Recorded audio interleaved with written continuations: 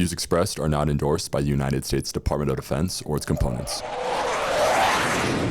Welcome back to the Flyover Podcast. As part of USAFA Aviation, today is episode 27, and we are privileged to have Lieutenant Colonel retired Joshua Cadice with us today. Lieutenant Colonel retired Joshua Cadice graduated with a degree in history from the United States Air Force Academy in 2001, completing joint specialized undergraduate pilot training at Advanced Air Force Base in 2002 and qualifying in the KC-135 in 2003. Lieutenant Colonel retired Joshua Cadice, upon training completion, was assigned to the 351st Aerial Refueling Squadron at Royal Air Force Mildenhall, United Kingdom, the 55th Airlift Flight at Osan Air Base, Republic of Korea, and the 909th Air Refueling Squadron at Cadice Air Base, Japan. During his time flying KC-135s and C-12Js, he served in multiple squadron and group roles to include Standardization and Evaluation Liaison Officer, the Chief of Stand Eval, Mission Development Officer, the Chief of Aircrew Scheduling, and Assistant Director of Operations. In 2010, he interviewed and was accepted into the U-2 program at Beale Air Force Base, where he flew as a student pilot in the T-38 and the U-2. With the U-2, he deployed all over the world. Some of his U-2 assignments included Flight Examiner, 12th Air Force Standardization and Evaluation Team at Davis-Monthan Air Force Base, and the Director of Operations for the 1st Expeditionary Reconnaissance Squadron, Royal Air Force, Akrotiri, Cyprus. He served numerous leadership positions and multiple instructor-evaluator roles for many aircraft. Sir, welcome to the show. Thanks for having me. Yeah, no problem. So we'll start with your time in the KC-135, and then we'll kind of go into your time in the U-2. But just take us through, explain the KC-135. What is unique about it compared to other tankers? Well, it's certainly the oldest tanker that we have in the inventory right now. It goes back almost 70 years, I think, if I remember correctly.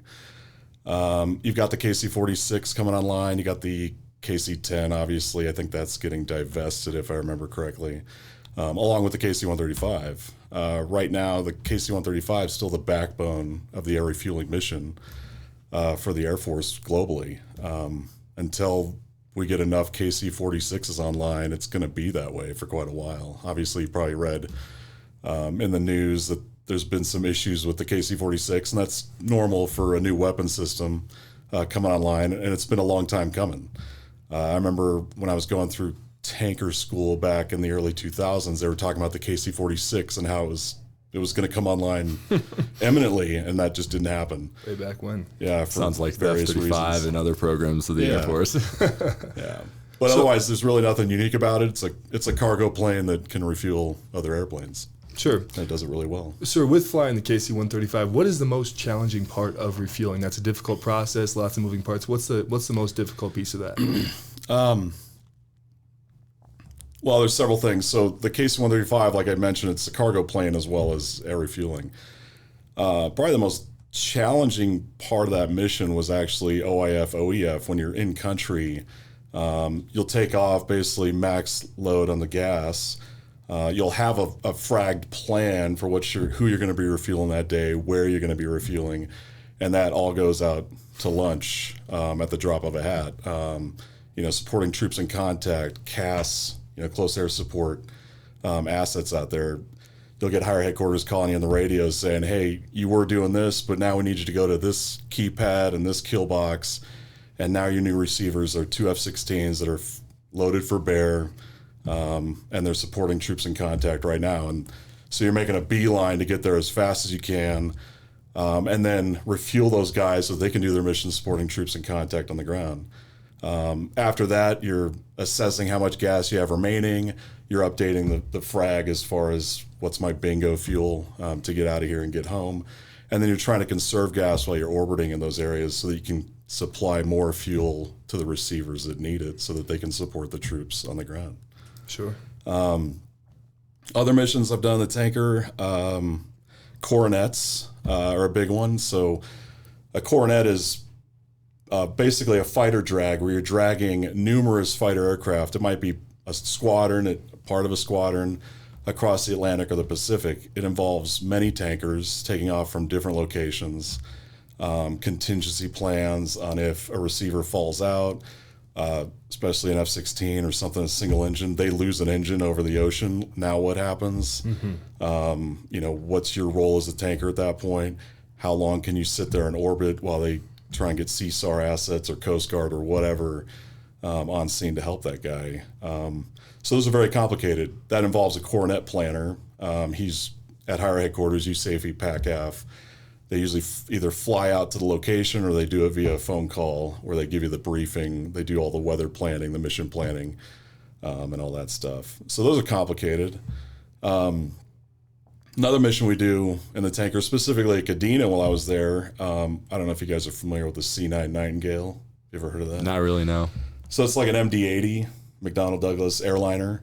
That used to be an aeromedical evac aircraft stationed in Yokota. Well, they had retired that. They also had them at Ramstein, but they retired that out in the Pacific. It was replaced with the KC-135. So we sat alert 24/7 in the event that some military service member need medical care and they need to get flown back to either Hickam or even Kelly in Texas nonstop.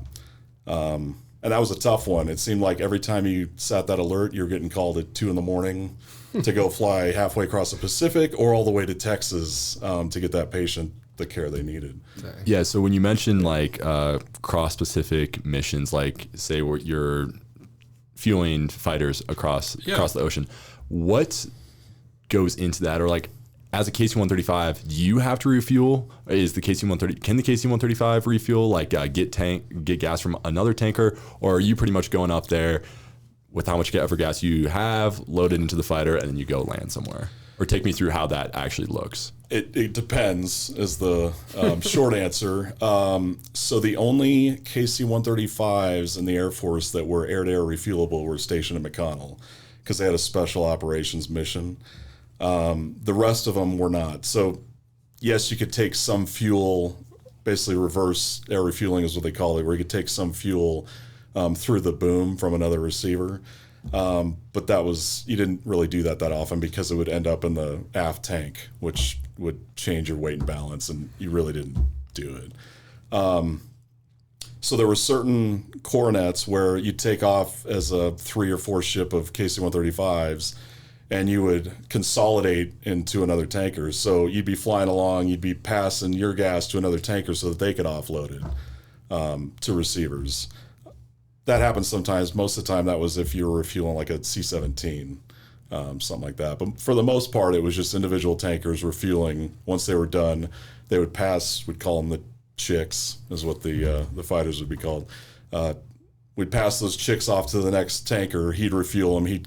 He'd basically force extend them to a point. Let's say out in the Pacific, like if I took off from Osawa, for example. With these fighters, and I was trying to take them to Alaska, there'd be a tanker coming from Alaska, if not several. It might be a KC-10, it might be a couple of KC-135s, to basically meet us somewhere over the Pacific. Or I was force extending those fighters so that they could get far enough to reach those tankers on their own. Yeah, so I mean, kind of looking towards the future of like what the military might be, how the military might be operating and having to fight in contested airspaces. When you talk about like, say, instead of from Japan to Alaska, we're going from Alaska to Japan. If we are unable to launch tankers from Japan to meet those fighters coming from Alaska, how do you foresee the Air Force going about those challenges? As far as refueling in a contested environment? Yes, sir. Yeah, correct. I think you kind of asked this question before when you sent it to me. You were talking about AI and drones doing air refueling.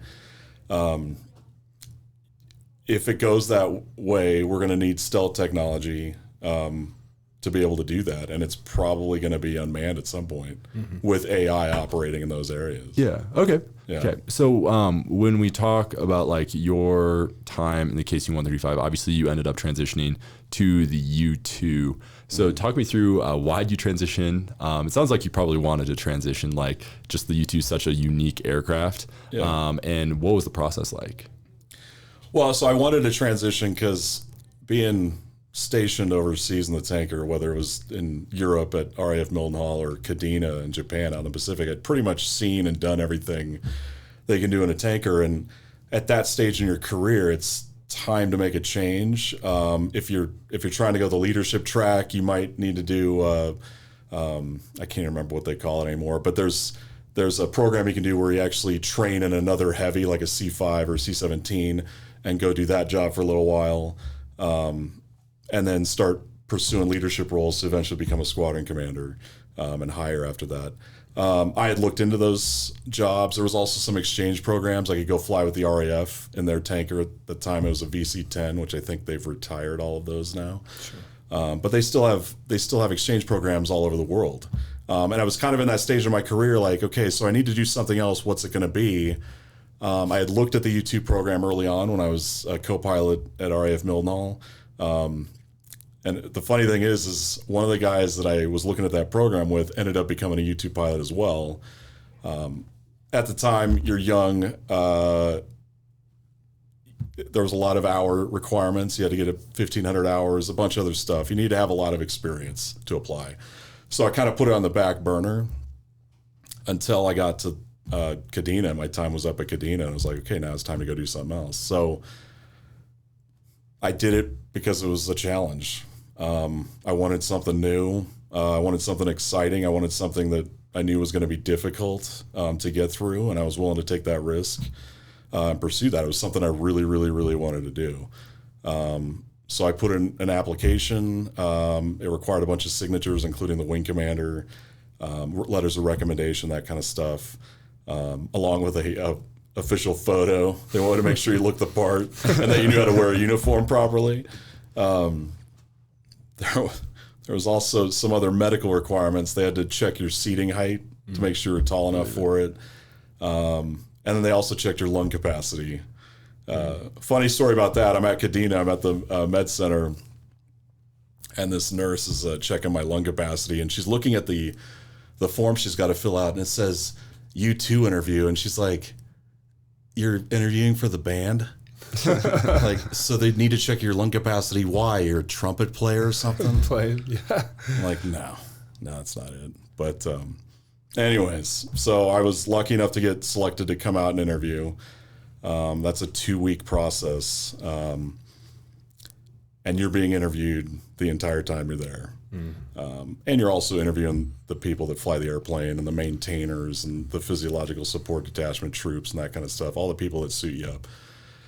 So it's a 2-way interview. You also get interviewed by all the leadership in the squadron. So the squadron commanders of both the 1st and the 99th Reconnaissance Squadron, and the DOs in both of those squadrons, as well as either the ops group commander or his deputy. And they're passing the sheet around. It's a folder, and they're taking notes like, do we like this guy? Is he giving us the right answers, or is he just, filling us full of what? And does he really want it? We get tons of interviews of guys wanting to become U-2 pilots because they see it on TV or they see the YouTube video and they're like, oh, that's so awesome, I want to do that. And they're not the right fit. I was fortunate enough to at least be the right fit, at least in the meantime. But anyways, so that first week, it's the interviews. You go through egress training with another instructor. They talk you through ejection, high altitude ejection, all that kind of stuff. Basically just getting you ready for your interview flights the following week, if you're lucky enough to be asked to come back to do those. The other thing they do is they do a claustrophobia check where they put you in the high suit. You sit in a ejection seat or a mock-up, and you sit there and eat tube food and drink through a straw, a little port in the helmet. And they want to see if you get claustrophobic, because we've had guys self-eliminate right after they put that suit on. They're like, there's no way. And what they want to do is they want you to really think, like, you're going to have to fly an airplane wearing all this stuff. Right. Do you think you can even do that? Because you're not going to find out until you come back for training. And it's about halfway through training in the U-2 before you start going high. And that's a bad time to find out that you don't want to do this anymore. Yeah, I'm sure the whole Chinese spy balloon with the photo, I'm sure that was definitely a good recruiting picture for the U-2 community. When you talk about the U-2 community, obviously it seems pretty selective and it's a rigorous interview process. How many U-2 pilots were there when you were still a U-2 pilot, and do you know what the numbers are looking like today? Well, I can tell you that right now the U-2's on the chopping block. It's supposed to fully divest in 2026. I just got back from the last solo party in August for the last 3 guys that will ever have their initial solo in the U-2. So they're looking at a few deployments, maybe a couple of years of deploying, and then they're done. At least that's how it stands now. They are sending airplanes to Palmdale. They're flying them to Palmdale, which is where we do maintenance on them, to basically mothball them or start taking them apart. I'm sorry, I lost. What was the other question? No. We were just talking about recruiting tactics and the with the Chinese spy balloon. But when you talk about you kind of mentioned the future of the U-2 and where it's going. So you mentioned like the solo parties. So is there like pretty much no more U-2 pilots that are going to be coming into the community, or it's pretty much just they're going to work with what they've got and that's it? At least for now, they've closed off the pipeline. That's unfortunate. Alex, one of our other guys, he totally wants to be a U-2 pilot. So I'll tell him the unfortunate news. They've brought guys out. So one of the things we did before I left active duty is we started actually taking guys out of pilot training, kind of like the B-2 program, where you're a 38 guy. We're going to put you in the 38 shop at the B-2 squadron out at Whiteman, and then you're going to do that for a year or two and then become a B-2 pilot. So we did the same thing at Beale because we were having such a problem bringing in pilots to fly the U-2. We decided to go this route. Well, we brought in a 38 guy thinking he was going to be flying U-2s, and he's been told that's not going to happen. That's a bummer. So it's kind of crushing, yeah. I think they're going to try and get him a flight, though, high before he leaves. I hope he at least gets to fly in the U-2. Yeah. Sir, so that's a very, very rigorous and arduous application process because of the specialization of the U-2 and the difficulty of that mission. For those people that might not know that are watching this podcast, can you explain a little bit of that specialization, what the U-2 does, what its mission is, and why that is such a tough process because of the tough mission set that you have to be able to do? Okay. Well, I would say, it's an intelligence, surveillance, and reconnaissance asset. So it's imagery and signals, right? The hard part about it, though, is basically just operating the aircraft. You're operating in a very inhospitable environment, right? You're wearing a spacesuit because if you have a rapid decompression at altitude and you don't have that on, your blood's going to boil and you'll be dead within seconds. So that's probably the hardest part about it. Also, some of the environments or areas that we operate in, politically sensitive, in combat as well. It's very demanding. You have a lot of things you're juggling when you're flying that airplane. You've got sensors that you got to maintain, ops check, what have you, while you're flying the airplane. And if you don't, or if the sensor goes out, then it's contingency plans. Can I stay here because I've lost, such and such, sensor? With such demanding flights, sir, how do you prepare for that before you go and fly a difficult mission like that? Well, one is training. So while you're at Beale, pretty much everything you do is training. So whether it's flying 38 just to build hours, we have the 38 there so that we can maintain our cross check. You have to have a very quick cross check in the cockpit to be able to fly a 38. U-2 is very similar, because it's so unforgiving low altitude, especially during the landing phase. So you're training. With U-2 training, you do some high flights. They're usually pretty short. It's usually just to go, yep, I touched 60 or above 70. I know what that's like again, and then I'll come back down, do some patterns, and then land. Most of the work is done low altitude because that's where it's a handful. Practicing emergency procedures, emergency landings. You're a glider pilot, so it's a lot of, I lost the engine. Can I make it back to the field and land? Or I have no hydraulics, I can't get the flaps out, I have no drag. That's a totally different pattern and scenario. So getting really proficient at doing that stuff so that if you had to do it for real, it's not a big deal. Yeah, and so when we talk about like collecting intelligence, especially when we talk about like the global war on terror, was the U-2, how involved was the U-2 in the war on terror? Or is it kind of like a more strategic level asset that's more focused on like other countries? I would say it was designed more as a strategic asset against adversary countries. However, yes, during the war on terror, it was a key player in that operation. Yeah, and could you talk us through like how specifically it was used in the global war on terror? No, I can't. No, you can't. Okay, sounds good. No, it's all good. And so when you like have been in the air, and while you were collecting intelligence, like have you ever been concerned for the safety of your aircraft? Now, I've never been concerned about the safety of the aircraft. It's usually the concern comes from personal concern, right? I don't want to screw this up.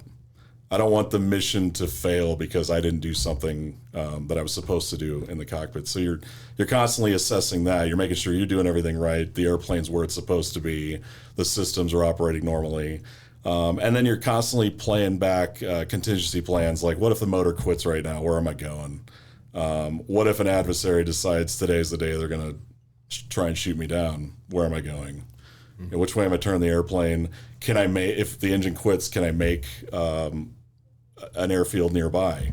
If I can't, are there CSAR assets I can contact ahead of time or as early as possible to start heading my way so I'm not sitting on the water or land or wherever too long, right? And if I can make a field, is it like a primary divert or is it a not so great divert? Because there's political ramifications for landing an airplane like that in a country that's not expecting it to be there. So you do think about that stuff, but concern, no, it's a very reliable airplane. It brought me back every time. Sure. And what we were just talking about with the global war on terror, obviously this is an ISR asset, and you said it's used more at the strategic level against adversary countries. How much of the flight profile do you think would be classified? Is it the majority, the vast majority, or are there a range of different, almost all of it? Yeah. Okay. Yeah, as far as where it's going and what it's collecting on, that would all be classified. Sure. At least for the foreseeable future. Sure. Yeah. I've got a lot of questions that I know I can't ask, so we'll move on. So talking about like future of the Air Force and kind of coming back to like your time in the KC-135. So we kind of already sort of talked about it, but how do you see the role of the KC-135 changing with the introduction of the KC-46? Do you see, is the idea that they're going to work in unison, or kind of the KC-46 is going to be replacing the KC-135? Well, I think that's, I mean, from what I've read anyways, I think that's the ultimate goal, is for the KC-46 to replace the KC-135. Right now, based on just pure numbers, there's way more KC-135s out there than KC-46s. So the KC-46 is kind of like the KC-10. There's just not as many, so I kind of view them as more of a supporting role. They're not the backbone of the fleet by any means yet. As that changes, as they start getting more KC-46s online, they'll start divesting more KC-135s, and then it'll be predominantly KC-46s until the last KC-135 is flown to the boneyard. Yeah. Sure.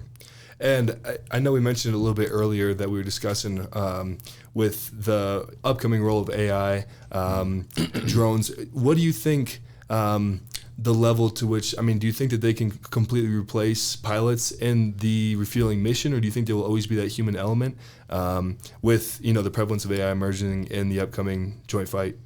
You know, I think with AI, it's a force multiplier, right? It's going to help. I don't think you can ever take the pilot out of the cockpit, especially in a mission like the tanker. Sure. There's decisions that are made that require that human intervention. Now, I don't know as far as what's coming down the pipe, as far as technology-wise, with stealth air refueling capabilities, but you couple that with AI, and now you're talking, I can refuel in a non-permissive environment safely. That's a totally different ball game. Yeah, so you mentioned there with like, you don't think the pilot will always or will ever be fully taken out of the cockpit. So when we kind of go, I'd like to hope switch gears to the U-2. How do you see? Obviously, you mentioned, we already talked about U-2's kind of going away. Mm-hmm. How do you see the Air Force and the military as a whole replacing what the U-2 did, especially if there really is no plans for a plane to replace the U-2? Right. So I don't know the short answer. You know, the U-2 is an amazing airplane as far as its capabilities are concerned, and what types of sensors it could carry and that kind of stuff.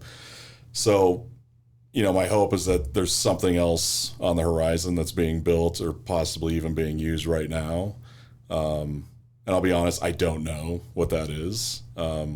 but that's the next greatest thing, right? You got to hope that we've at least got the capability that we're losing already online. So if we're losing the U-2, there should be a capability that's at least as good, if not better, online. Do you think that could be fulfilled with satellites, perchance?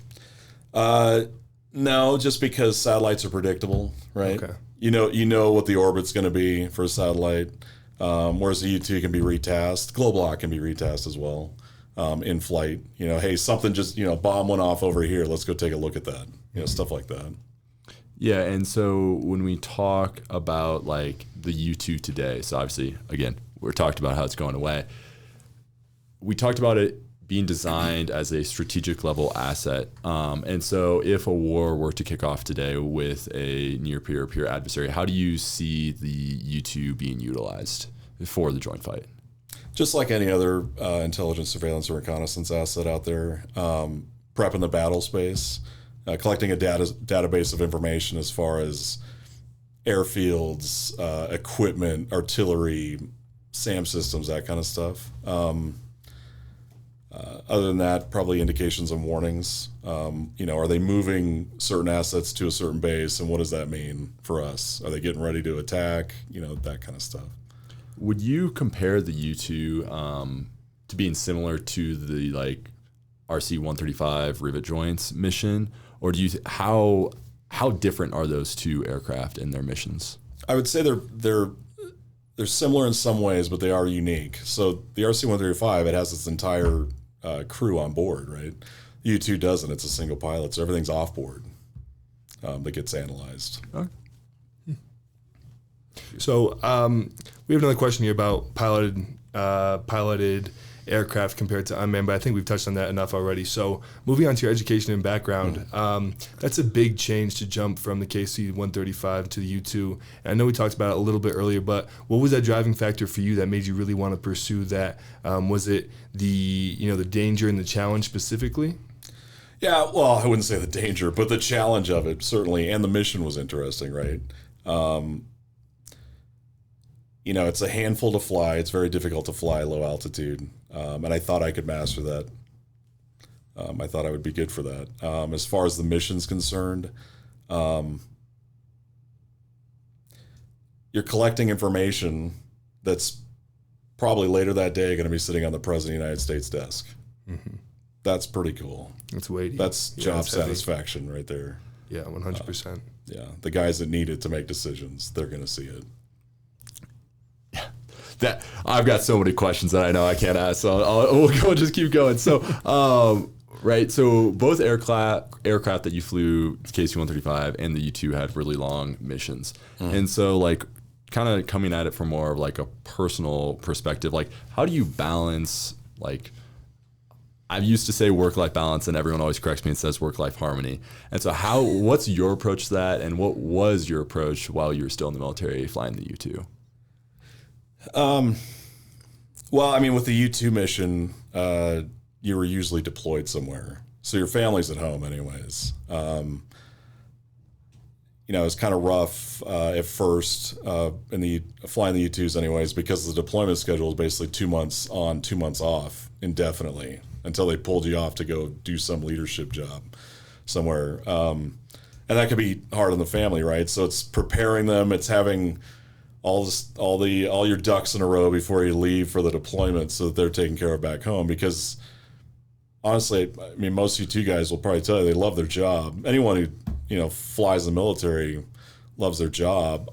Deploying was where the action was, right? You wanted to deploy. You wanted to be the tip of the spear. So that was the fun part. Was it exhausting? Absolutely. Doing 2 months of flying 10-hour plus missions, it's hard on your body, especially pre-cockpit altitude reduction, which was basically where the cabin altitude of the aircraft was 28,000 feet. Once they modified those cockpits, it got down to 14. So at 28,000 feet, your body takes a beating. It's like being on top of Everest, basically, right? Mm-hmm. All day. So you come back from a 2-month deployment just physically exhausted. How do you mitigate that? Nutrition, exercise, rest, Kind of the same thing with the tanker. The tanker was a little bit different because when I was flying most of the missions in the tanker, with the exception of deploying for like OIF, OEF, you're at home station. So you go fly a 10, 14-hour mission, whatever, come home and go home to your wife and kids every day. Unless you're a TDY, of course. So with that, I mean, whether you're deployed or home station, it's when you're home, when you're with your family and you've got time off, go explore and get off the base. That's step one. Go explore the host country, experience the culture, that kind of stuff. Yeah, and so when we talk about like your career, obviously KC-135 into the U-2, do you wish there was anything you did before you were a KC-135 pilot or while you were a KC-135 pilot that you think would have better prepared you to fly the U-2? No, actually no. So the KC-135, I don't want to say the U-2 and the KC-135 are very similar. The wingspans are pretty close to the same length.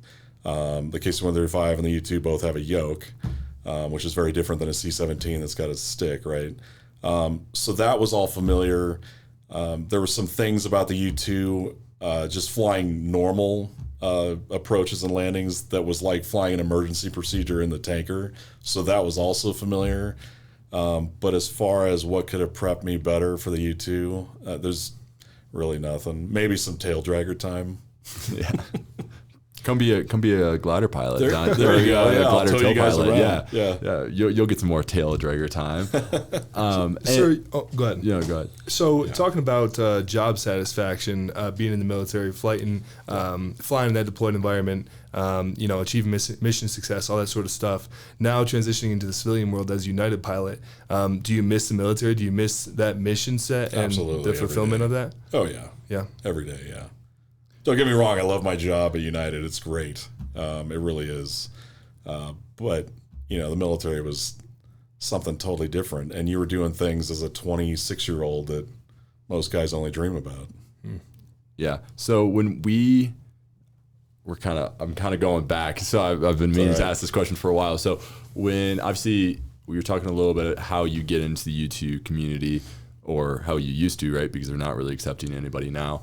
What's the breakdown in like what type of aircraft they fly? Like going into the U-2, like as far as what communities they pull from, they came from, yeah, everywhere. So that's one of the other unique things about the U-2 and why I loved it so much is that not only do we pull from different communities like fighters, helicopters, heavies, bombers, etc., but we also pulled from inter-service transfers. So we had Navy and Marines, and we even had a Coast Guard pilot interview and become U-2 pilots. So the Coast Guard pilot flew helicopters. I think he did the Baywatch tour along LA County, and he left that job to become a U-2 pilot. Marine Corps Cobra helicopter pilots, Harrier pilots, F-18 pilots, F-14, all those guys. Just a lot of different backgrounds, a lot of different perspectives coming into a program that was unique on its own. It made it a lot of fun. Yeah, would you say like if you had to pick, sometimes a lot of people will see like fighters as the like, I'm not going to say the best, but a lot of times people will give preference towards people with coming from that background. So is that the case in U-2s, or is it like equal across the board, really does not matter? No, I would say it's fairly equal across the board. There's also other things at play here, right? AFPC can go, we're not letting any fighter guys go this year because we need them to stay in the cockpit and the fighter. So that happened too throughout that 10-year cycle. So it ebbs and flows. There's some years you get a ton of fighter guys. There's other years it's all KC-135 guys. It's also, hey, my buddy got in, so maybe I should go do that, which is in my case what happened. So I applied, and there's a lot of that. It's guys trying to pull their friends in as well. But ultimately, when you get to the second week of that interview and they allow you to fly the U-2, it's all you. Like they're looking to see if you're on the learning curve for this thing, and if you're not, at any point during that 3-day period of flying, they'll show you the door.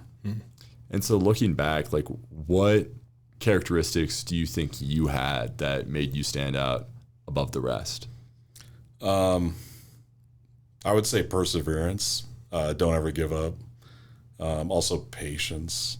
At least once you start flying missions, you operate out of some very hot climates. There's no air conditioning in the airplane until you're airborne. Until you push that throttle up, there's nothing. Some guys can start losing it as they get really hot. Your body temperature starts climbing as you're waiting to take off, that kind of stuff. So, but really, perseverance is probably the biggest thing. Just a willingness to learn and don't ever give up. Yeah, that's powerful. You're fighting all the way to the end. Yeah. Since we're moving back in time a little bit, sir, going back to your academy education, was there a lesson you learned here, or what was the best lesson you learned here that helped prepare you to be a pilot and then eventually go on to that specialized mission in such a difficult environment?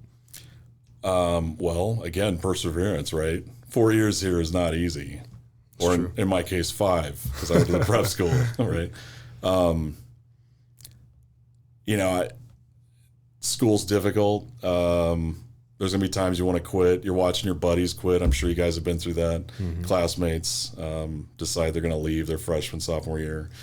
And that can be demoralizing. And you just got to go. You got to see that there's a goal. There's a light at the end of the tunnel. You're going to get there someday. You just got to keep pressing ahead. Sure. So before we get to our traditional ending question, I got one question for you. So we've talked a lot about what it's like flying the U-2, the future of the U-2, how to get into the U-2 community, your time as a tanker pilot. What's the coolest story you have that's on an unclassed level, of course, from your time flying the U-2? Coolest story I have flying the U-2. Honestly, it's probably most of it's related to just the view. So I remember I was taking off on a mission overseas, and I was heading east, and and you took off at night, which was taking off at night in the U-2 on a mission jet was one of the scariest things ever, especially early on. And then coming back to land, if you took off later in the day and you came back to land at night, that was even scarier. Those were crazy times. But anyways, taking off at night. You're flying to wherever the op area is, and you're watching the sunrise, and the visual illusions, because you're so high, you're watching the sun poking through a layer of clouds that is probably 35, 40,000 feet below you. But it looks very odd because you're seeing the sun so low on the horizon, and the rays of light are coming from underneath the clouds up. It's beautiful. It's something I'll never see. And of course I didn't have a camera because we're not allowed to take cameras to take a picture of that. But that was probably one of my most memorable, because that was one of my first operational missions in the U-2 as well. Yeah. I don't think we actually asked you. So how long are U-2 missions? Like, how long can they be, or what was your longest flight? It depends. Anywhere from 8 to 12 plus hours. That's significant. That's significant. Do you guys use Go pills at all? Or yes, it's actually gel. Gel, okay. Yeah, so it's kind of like they crush it up and they put it in like a cough syrup form. Okay. So that you can squeeze it through the helmet, because we don't pop up at altitude. Mm-hmm. We're not supposed to, anyways. But yeah, we'd take Go gel. Yeah, absolutely. And honestly, that was the way we took it. You were supposed to take it basically right before you started your descent, so that it reached its max effectiveness as you were on short final. Because that's when you needed all of your senses and awareness to be able to land that airplane as smoothly as possible, because you had billions of dollars worth of equipment on board. Yeah. All right. I know I said it was going to be my last question, but I got another one. It just keeps coming. So when you were talking about you saw the sun coming up through the clouds, people seeing the curvature of the earth and being so disconnected, not seeing borders, etc. I know it's kind of getting philosophical a little bit, but what was that like? How did that change your perspective on what your role was as a U-2 pilot?